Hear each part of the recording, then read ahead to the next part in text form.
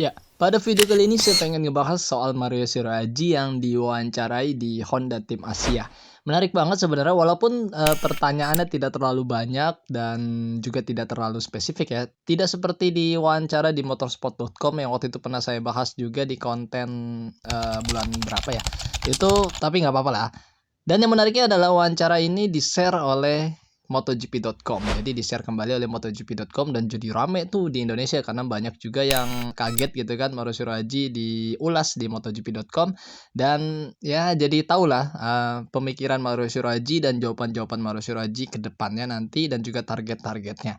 Oke, di konten kali ini saya pengen sedikit mungkin membacain aja hasil wawancara tersebut dan mungkin sedikit memberikan tanggapan saya pribadi dari jawaban-jawaban Mario Shiraji. Jadi sebenarnya Mario Shiraji masuk ke Moto3 World Championship di musim 2022 itu berbarengan juga dengan diselenggarakannya kembali MotoGP di Indonesia yang tepatnya di sirkuit Mandalika nanti ya. Kita lihat aja hasil wawancaranya dan kita lihat tanggapan-tanggapan dari Mario Shiraji. Yang pertama adalah kita baca. Kami telah melihat Anda di banyak kegiatan resmi minggu ini. Apakah itu berarti ada banyak harapan di Indonesia tentang debut Anda? Ya, mereka menghargai kepulangan saya dari Spanyol, tempat saya tinggal dan berkompetisi.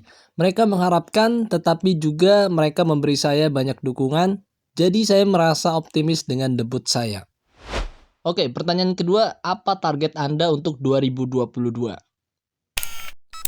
Pertama, belajar sebanyak mungkin, menikmati setiap balapan dengan tim baru saya, dan yang terpenting buat kemajuan di setiap balapan. Oke, pertanyaan yang ketiga itu, apa kekuatan Anda dan kelemahan Anda sebagai pengendara? Apa yang menurut Anda paling perlu Anda tingkatkan? Ya, keahlian terbesar saya adalah mengerem dan menyalip di luar. Saya perlu meningkatkan konsistensi saya dan mengendalikan emosi saya. Dan pertanyaan yang keempat, bagaimana perasaan Anda ketika mendengar bahwa Anda akan membalap di kejuaraan dunia 2022?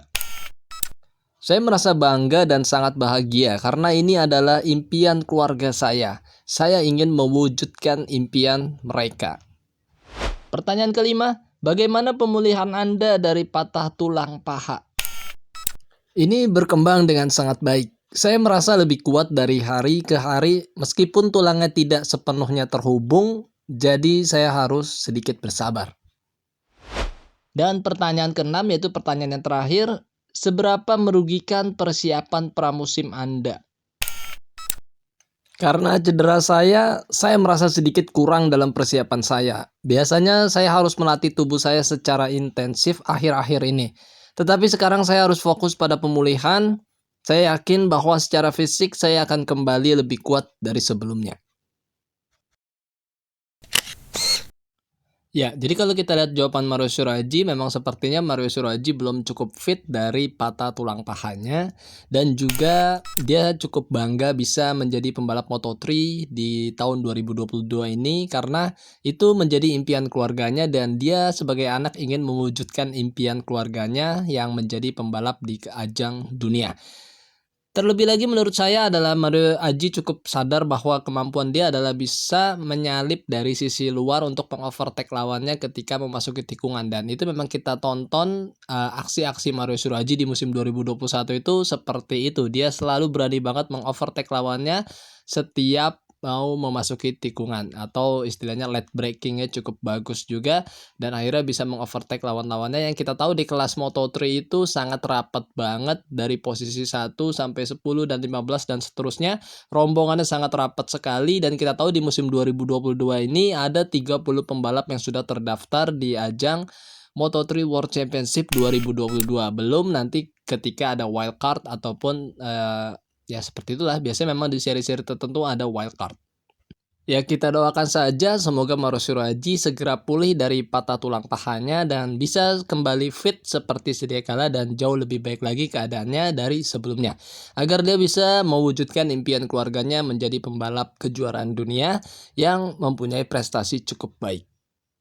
Oke, Mungkin cukup sekian tanggapan saya dari wawancara Maruyo Aji dengan Honda Tim Asia dan dipublish kembali oleh MotoGP.com, yang dimana dari seluruh dunia bisa lihat kan hasil wawancara ini dan bisa melihat talenta muda dari Indonesia yang baru 17 tahun yang akan membalap di kelas Moto3 World Championship. Jadi bukan cuma orang Indonesia aja yang lihat, tapi seluruh dunia akan melihat hasil wawancara ini dan melihat bahwa ada nama Maruyo Aji di starting grid Moto3 World Championship bersama Honda Tim Asia, yang mereka akhirnya akan jadi aware gitu kan. Oh, siapa Maruyo Aji gitu kan.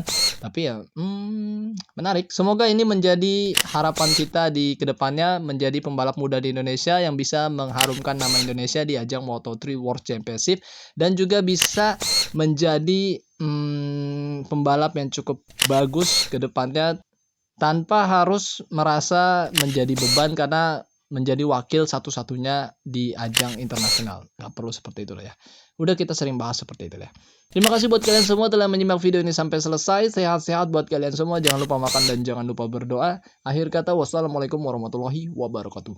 Bye-bye.